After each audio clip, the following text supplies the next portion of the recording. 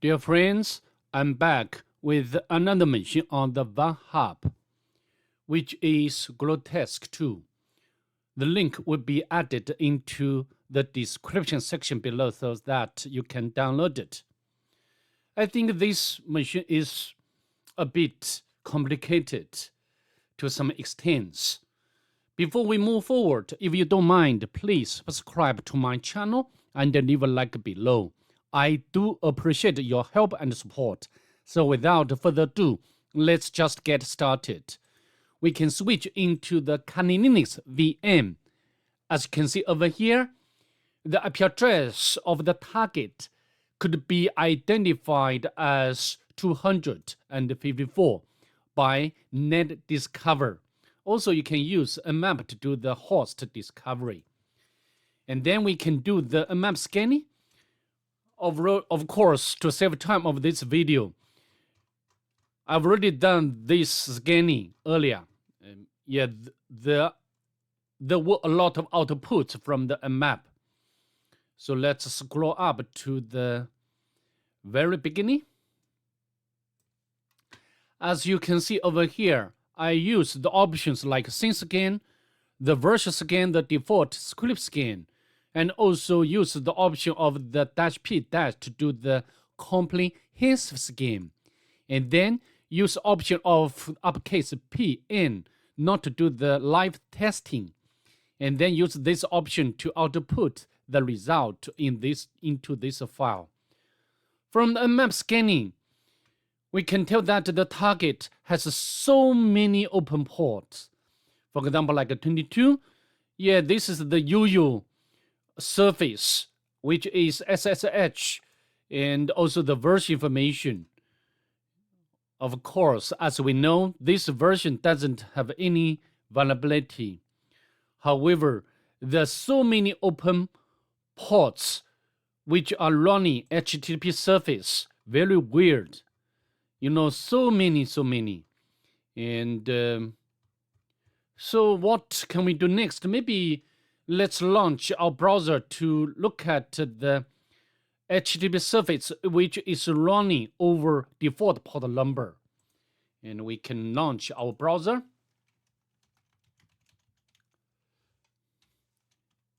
Let's press enter. This picture, and of course we can download this picture to the, not this one. Maybe we can check the source code of this page. So this picture we need to access, and we can paste in here. We got the picture, and then we can save this picture to our Kali Linux. Save. And now we go back to the source code.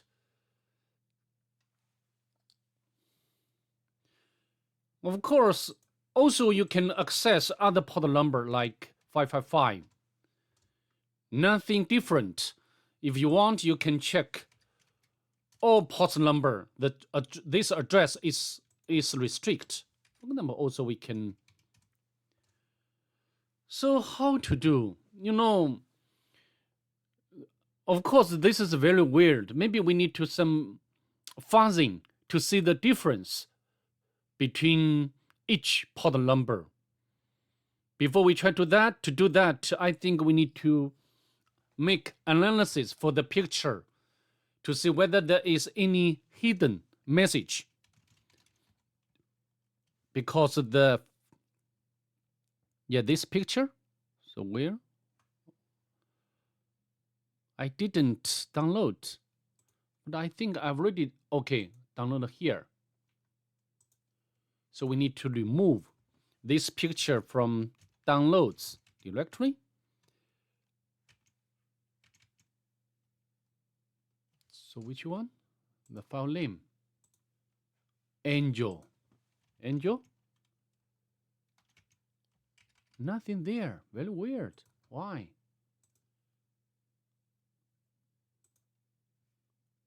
So this picture, close down.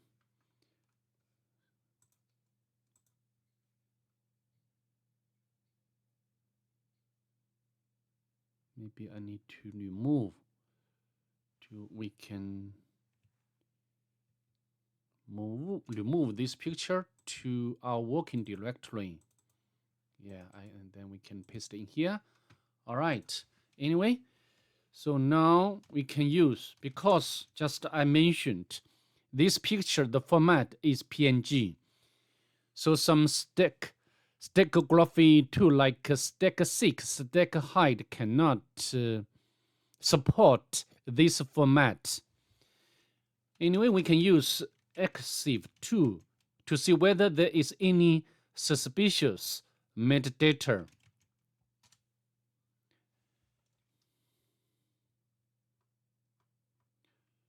Nothing interesting. So I think we cannot get anything from the manual enumeration. Of course, please don't forget to make directory enumeration. However, at this moment, we need to make the difference between each port number first. So how to do such fuzzing? We can use, of course, we need to, first of all, we need to generate the port number list, right?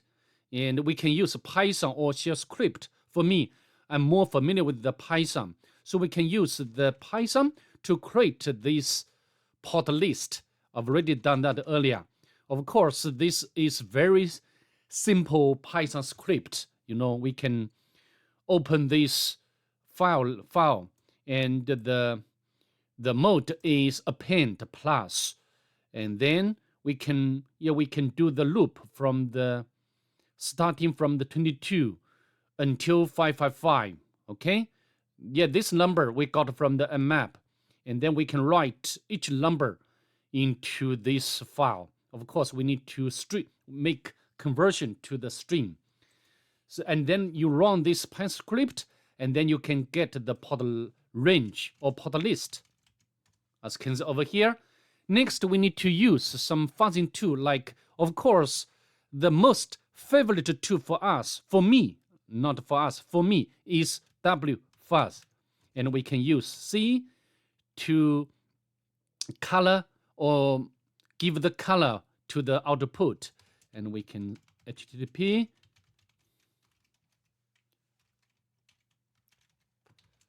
and followed by the port number. And this can be replaced by fuzz keywords.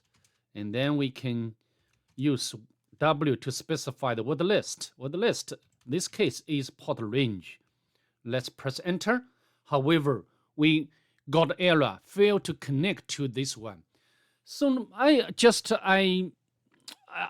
said very often, we cannot always use one single utility for us in terms of the penetration or exploitation, even the enumeration. So in this case, I'd like to use another tool, fuff. And then we can use the U option. Maybe we can use help to display the usage or example. There's so many things what we need to remember. However, our brain has so much to do. So for me, we need to learn the way, not the command itself. So in this case, fuff, and followed by the URL to specify the URL, and port fuzz. And we also, similarly, we need to specify the word list, port range. Let's press enter. As you can see, of course, there's so many or a lot of outputs. So we need to make some filtering. And I think I need to go back to the help to see how to specify the filter by amount of words. I think this one is what we are wanting to use. And then we can use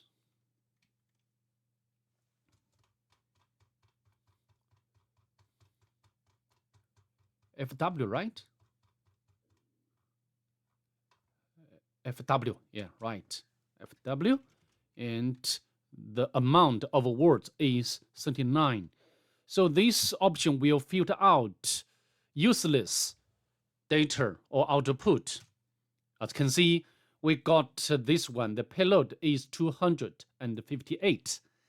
Then we need to access this port number manually. As you can see, the response is different from others. Do you heard of this one? Whatever SSH username is this one. Of course, next I think we can, we can use Hydra to make brute force. However, this will take a very, very long time. After all, we use the VM virtual machine to do this cracking. So, such cracking, it will be very terrible. So why I mentioned at the very beginning this machine is very difficult or complicated. This is the point I'd like to share with you. Because we need to check the information or enumerate information very carefully. Otherwise, you cannot get what you want. For example, in this case, we can check the source code.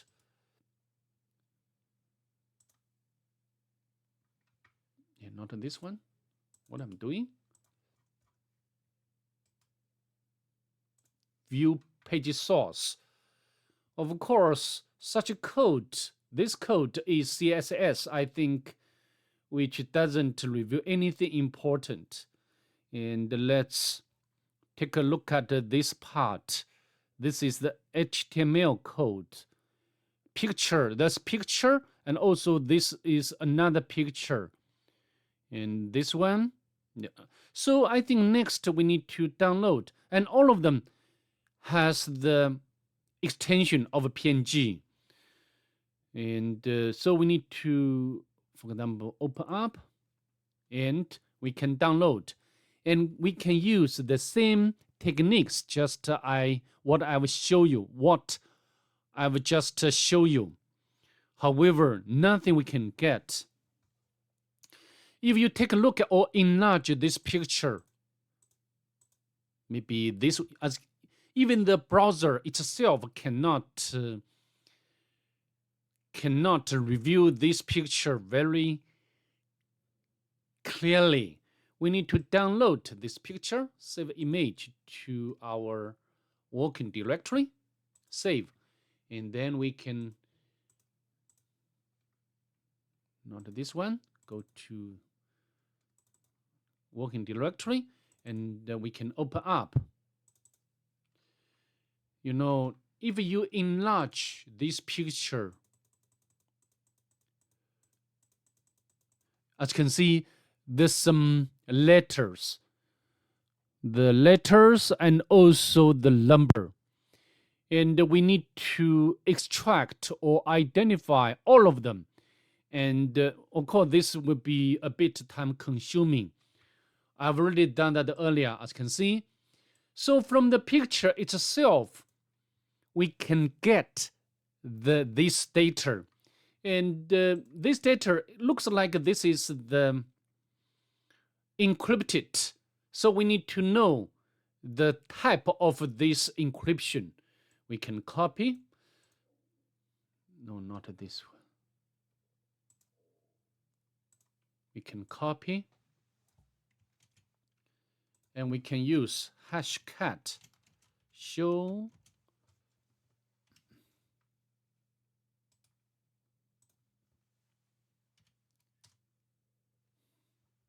Yeah, this is, maybe this is MD5 or MD4.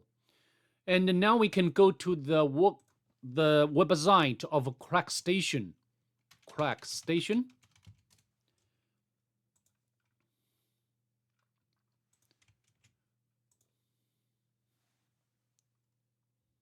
Very boring. Verification. Bridge. Yeah, this bridge. Verify. Crack hashes.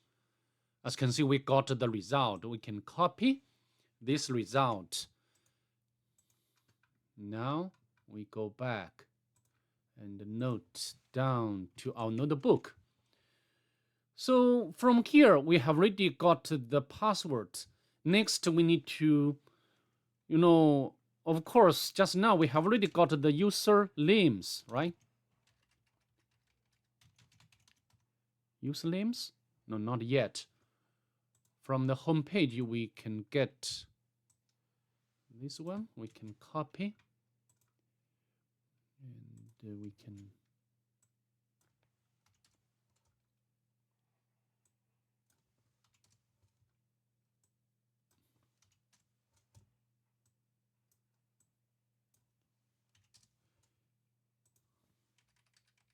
as you can see, we can create the user dictionary or user list. We can save to users.txt. Then we can use Hydra. And the password is, so which one? We can copy from my notebook.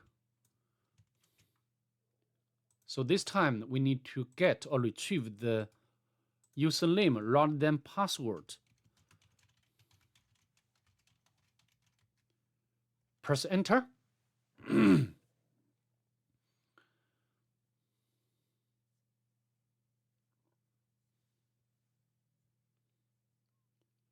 Okay, because this dictionary is very small one. And then we can log in to the target via SSH. We can copy the password.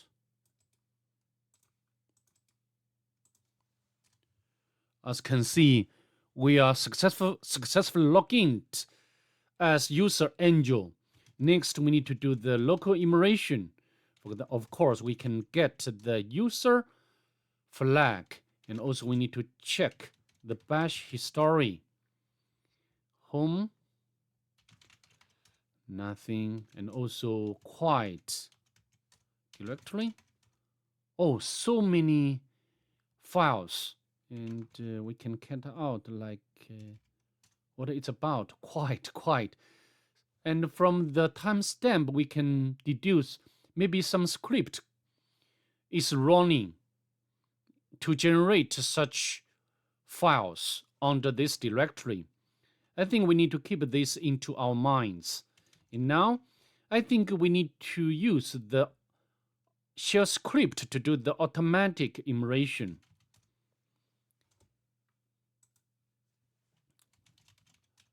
Of course, I've already got this script, NimPeer shell script ready.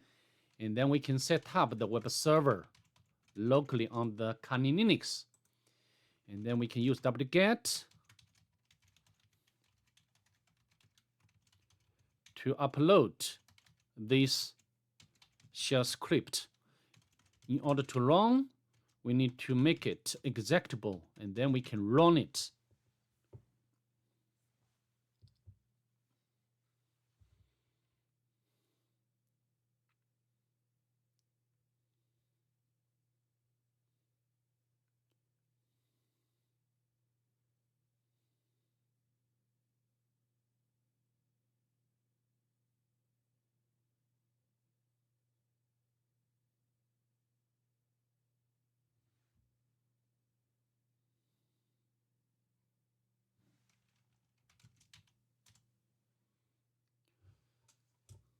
This one, I think, sorry about this. When you do this machine, you cannot see this file because this is the second time I did the machine. This is history. Can I remove it? Can I remove it? Yeah, can. So now, so as you can see, NimPeer shell script has been executed. And we need to scroll back to see whether we can find some vectors for us to elevate our privilege.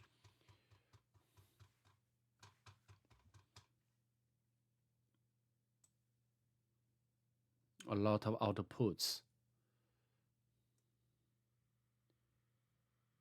However, nothing important.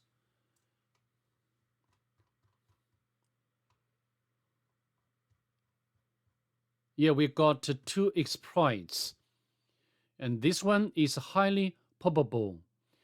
And if you go to this website, you will see, yeah, no resource for this file. And of course, you can download this file from this address. I've already done that earlier.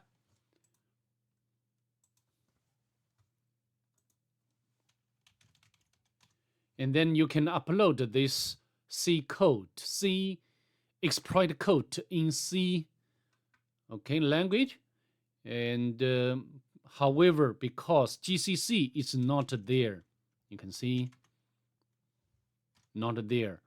So I think this will not work. We need to find other ways. Because NPLC script cannot give us, useful information. Maybe we need to make furthermore analysis, especially process information. So next we need to upload the PSPY too.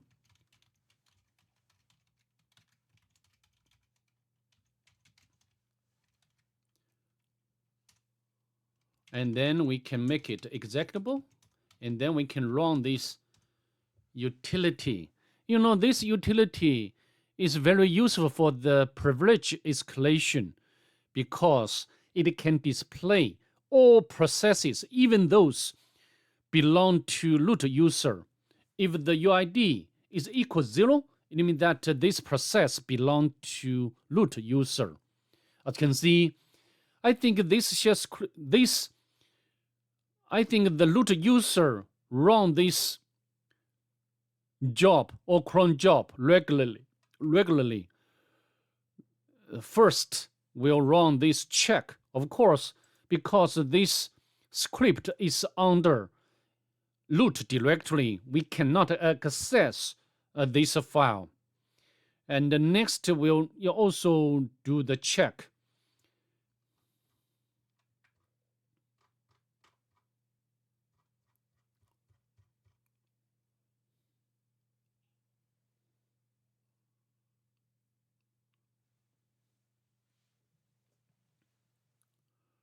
Even can another process is doing write a job. Of course, we don't know the exact information about such, as you can see, write check. So such scripts are being executed regularly. Do you remember?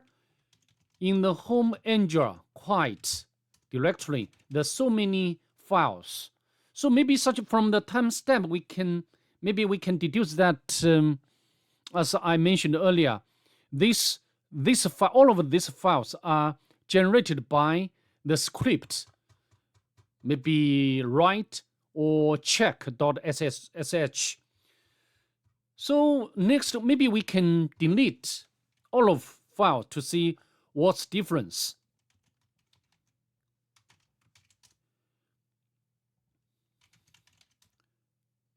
As you can see, now empty.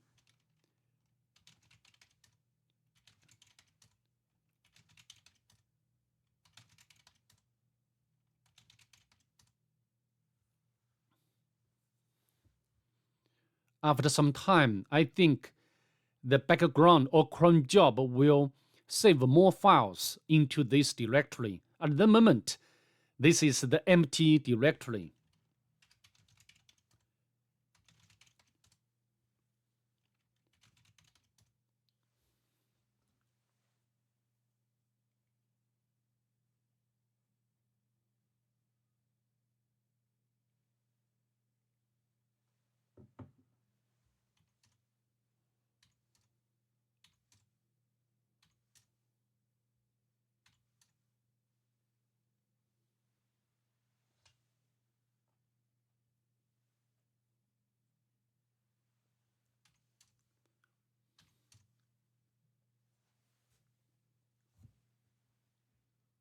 Maybe I'd like to pause the video.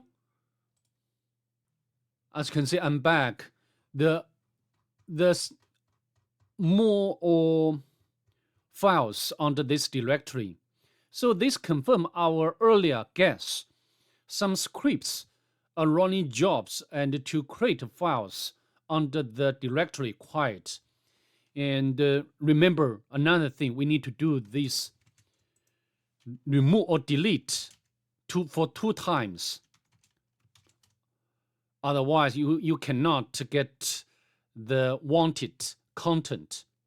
Now we can list the file under the root directory. Yeah, as you can see, we got this file. And this file, if we cut out this file, cat root, root class. Yeah, this is the password for the root user. Then we can switch to root, and we can copy this password.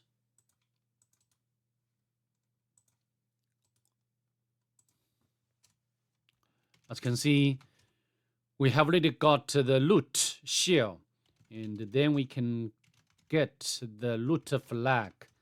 So that's pretty much it. I'd like to see you in the next one. Bye. Have a nice day.